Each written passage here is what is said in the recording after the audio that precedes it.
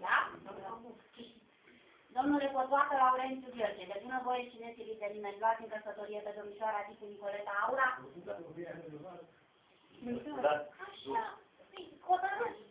Domnișoară Dicu Nicoleta Aura, de bunăvoie și nesilită de nimeni, luați în căsătorie pe domnul Cotoacă Laurențiu Gheorghe? Da. Uite. Așa trebuie. Acum vă citesc ceva interesant. Deci luați aminte că... Da, constat că au fost îndeplinite condițiile cerute de lege pentru încheierea căsătoriei și vă fac cunoscute următoarele dispoziții din Codul Familiei. În România, statul protește căsătoria și familia. El sprijină prin măsuri economice și sociale dezvoltarea și consolidarea familiei. Statul apără interesele mamei și copilului și manifestă deosebită grijă pentru creșterea și educarea tinerei generații. În relațiile dintre toți, precum și în exercitarea drepturilor față de copii, bărbatul și femeia au drepturi egale. Drepturile părintești se exercită numai în interesul copiilor. Relațiile de familie se bazează pe prietenie și afecțiune reciprocă între membrii ei, care sunt adorți în acord de unul altuia, sprijinul moral și material. Soții hotărăsc de comun acord în tot ceea ce privește căsătoria. În urma consimțământului dumneavoastră liber exprimat, vă declar căsătoriți. Ați făcut-o și pe asta. Sănătate, fericire, casă de piatră, tot ce vă doriți voi să se împlinească. Și sănătate. Așa că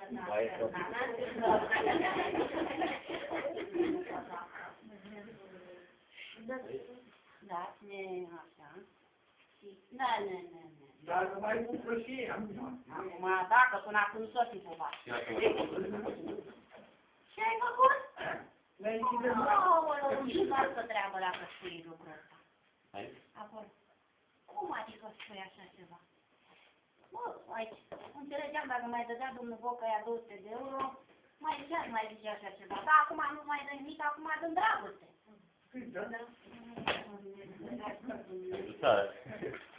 Țară. Acolo, că va schimba legea și... Dar nu e corect că nu s-a ocupat. Este foarte corect, pentru că se vor ocupa. Da? Doamna, domnul Cotoacă, sunteți un om căsătorit. Doamna, acum trebuie să semneze Cotoacă. Nu poate. Abuzele la dispoziție, la revedere, am un pistol, un pușcă. Ai făcut Testamentul. Da, un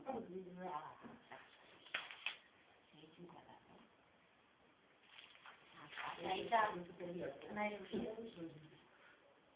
Iartă-mă dacă te-am revenit. Așa, și aici te rog să-l semnezi cu vechiul nume, cu D. Acum faci Vin și eu cu Daniela și mă căsătoresc. De ce, a divorțat între timp? N-am fost de acord să treacă cu el. Și Marta. Alegi?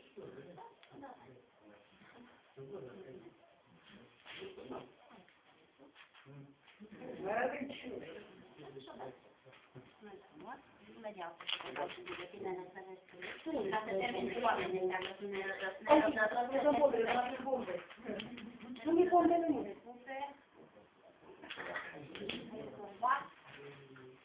Casă de piatră încă o dată, sănătate, fericire, înțelegere, să vă trăiască, să vă bucurați de ei. Da, mă, cu toate, am nevoie. Hai,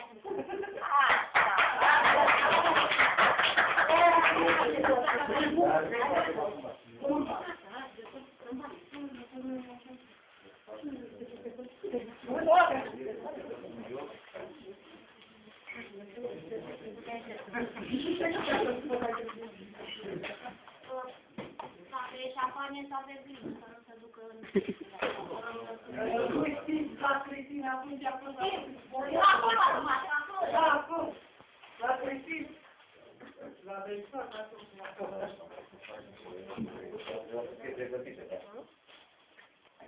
Da, e a scăpat de băiat. Am mai întâmplat și altcineva.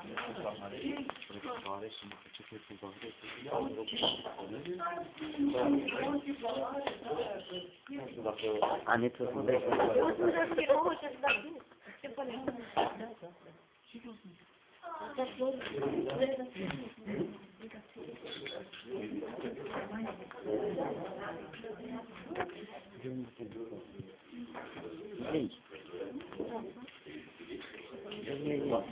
Dacă nu face foc, să nu vă supărați.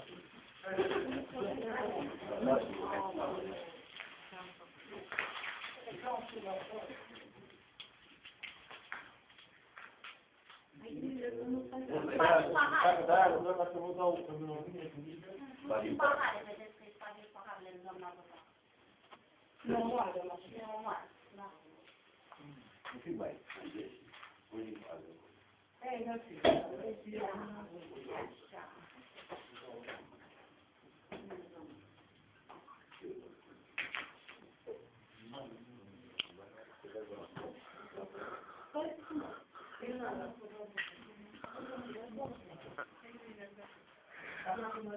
Lauro. Lauro. Lauro. Lauro. Zâmbește.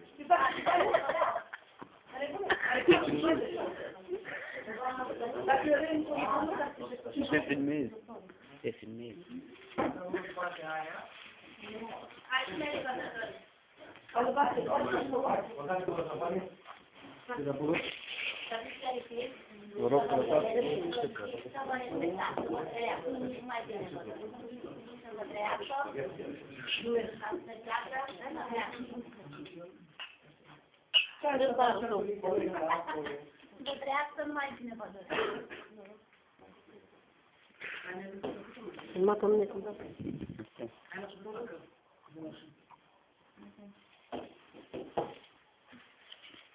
Hai să fiți așa mult. Aveți să-mi fac acum că bărbații nu bea șampanie, la femei. E femeie.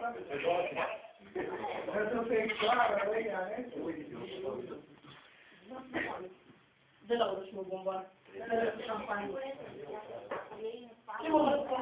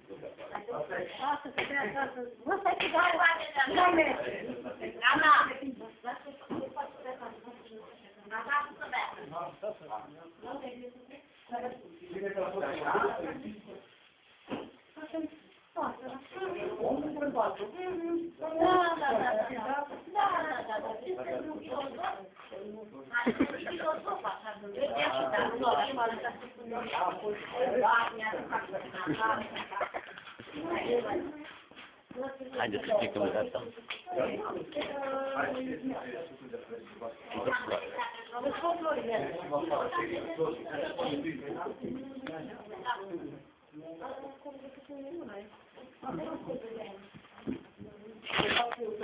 Ia că nu, ia nu tu, că eu filmez. Gata a fost. Ha. Ai dat o mână mea de slab?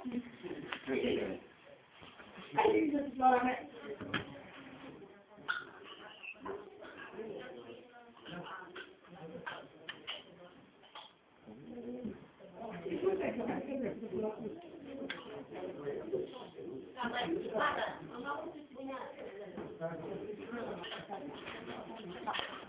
E par aici, avem aici par. Nu e un par, doar. Aveți un pahar de plastic?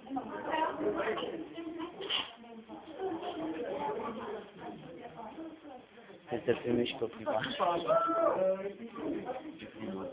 Frumos, m-a prin primar, frumos.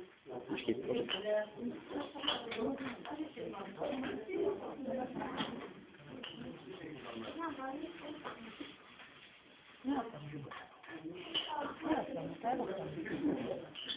Acum mergem cu o țigaretă, dacă șampanie.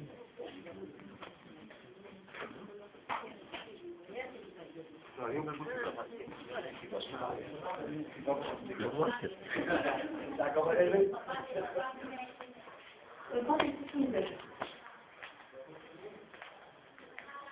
Nu poate să mai lasă, apoi. Poate să mai lasă. Acolo bagă.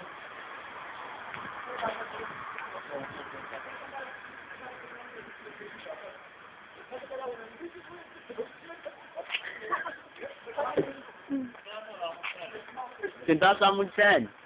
Să spună bine mai.